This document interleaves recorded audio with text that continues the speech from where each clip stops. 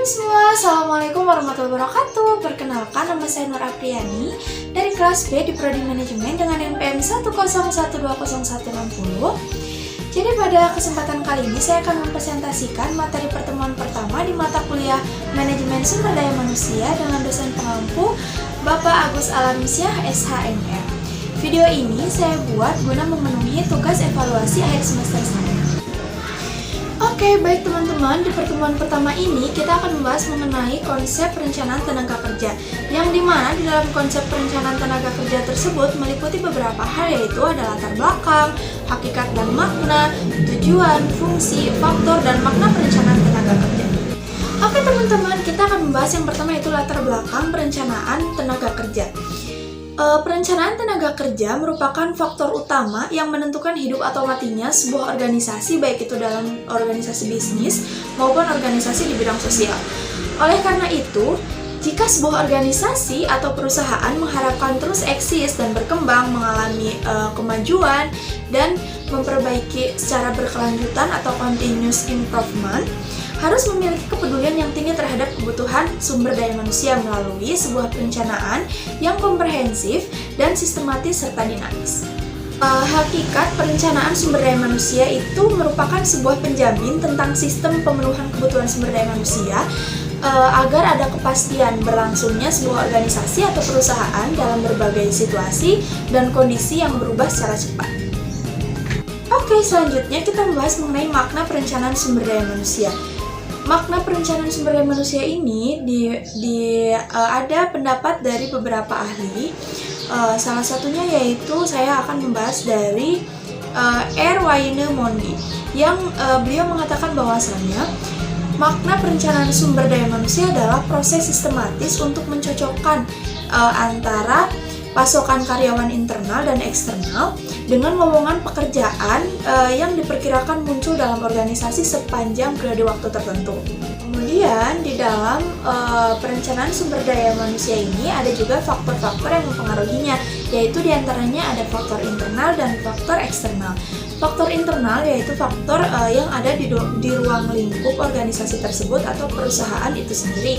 Antara lain tuh diantaranya yaitu rencana strategis atau biasa disingkat dengan Renstra, yang merupakan acuan utama bagi organisasi atau perusahaan dalam menjalankan aktivitas atau bisnisnya.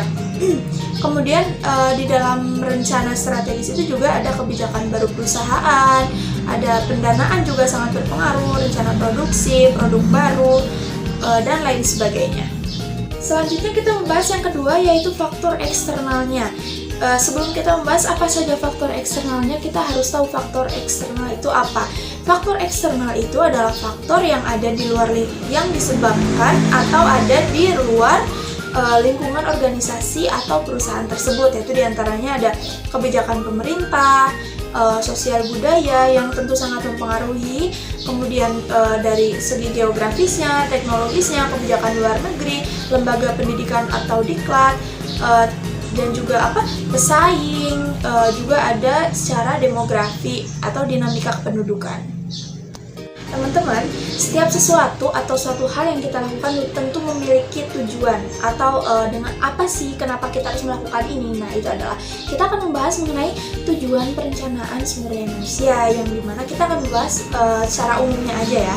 Jadi tujuan perencanaan sumber daya manusia secara umum yaitu merupakan untuk mempertemukan ketersediaan tenaga kerja dengan kebutuhan pegawai pada suatu organisasi atau perusahaan, baik secara kualitas maupun untuk kuantitas, untuk periode waktu tertentu dalam upaya menghindari krisis kebutuhan tenaga kerja yang diperlukan. Jadi setiap tujuannya itu adalah kita agar bisa meminimalisir mengenai krisis kebutuhan tenaga kerja yang diperlukan. Jadi kadang ada suatu perusahaan atau suatu organisasi yang dimana itu banyak sekali orang-orang atau ya ketenaga kerjaan yang melamar gitu, tapi kapasitas yang dibutuhkan oleh si perusahaan atau organisasi tersebut tidak sebanyak pelamar gitu. Nah, oleh karena itu kita perlu mengadakan perencanaan sumber daya manusia agar nantinya kita tidak salah dalam menempatkan suatu karyawan kepada organisasi atau perusahaan tersebut. Selain dari tujuan dari perencanaan sumber daya manusia ini, kita juga harus mengetahui apa sih fungsinya. Apa sih fungsinya kita merencanakan sumber daya manusia ini? Di antaranya yaitu sebagai acuan atau pedoman bagi perusahaan melalui departemen atau divisi sumber daya manusianya dalam manajemen kepegawaian, terutama melakukan rekrutmen dan penyediaan pegawai gitu. Kemudian yang kedua ada juga sebagai fungsinya itu sebagai sumber instrumen atau alat kontrol dalam pengendalian manajemen kepegawaian, termasuk dengan pengadaan dan penyediaan pegawai baik kualitas maupun kuantitas. Dan juga ada beberapa fungsi lainnya. Oke teman-teman, selain dari fungsi dari perencanaan sumber daya manusia, kita juga memiliki prinsip perencanaan sumber daya manusia, yaitu diantaranya ada sistematis dan logis, kemudian komprehensif, terus futuristik, dinamis, dan efektif juga efisien. Nah, dari yang tadi telah saya sebutkan, nanti bisa kita urai yaitu yang apa sih yang dimaksud dengan sistematis dan logis.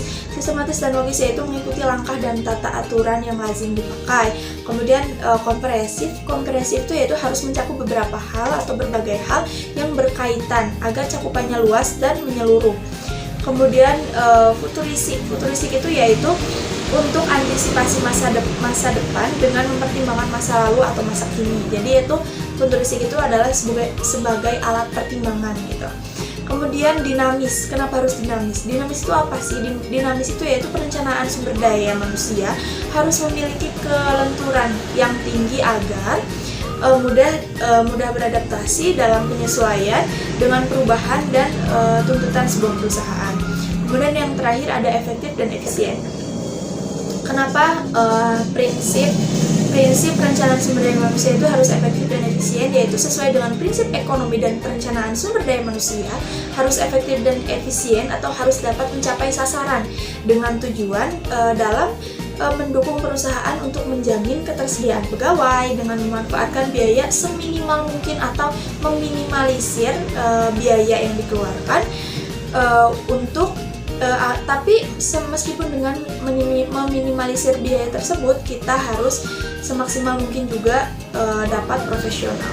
Teman-teman, kita dapat ambil kesimpulan dari yang tadi telah saya paparkan, yaitu bahwasanya setiap organisasi atau perusahaan itu sangat penting untuk melakukan sebuah perencanaan sumber daya manusianya, yaitu agar karyawan di dalam perusahaan atau anggota dalam organisasi tersebut dapat lebih produktif dan efisien dalam mengerjakan tugas-tugasnya. Baik teman-teman semua, terima kasih kalian telah atas perhatiannya. Mohon maaf mungkin jika banyak tutur kata yang kurang berkenan atau mungkin saya dalam penyampaiannya kurang tepat. Terima kasih. Wassalamualaikum warahmatullahi wabarakatuh. Bye-bye.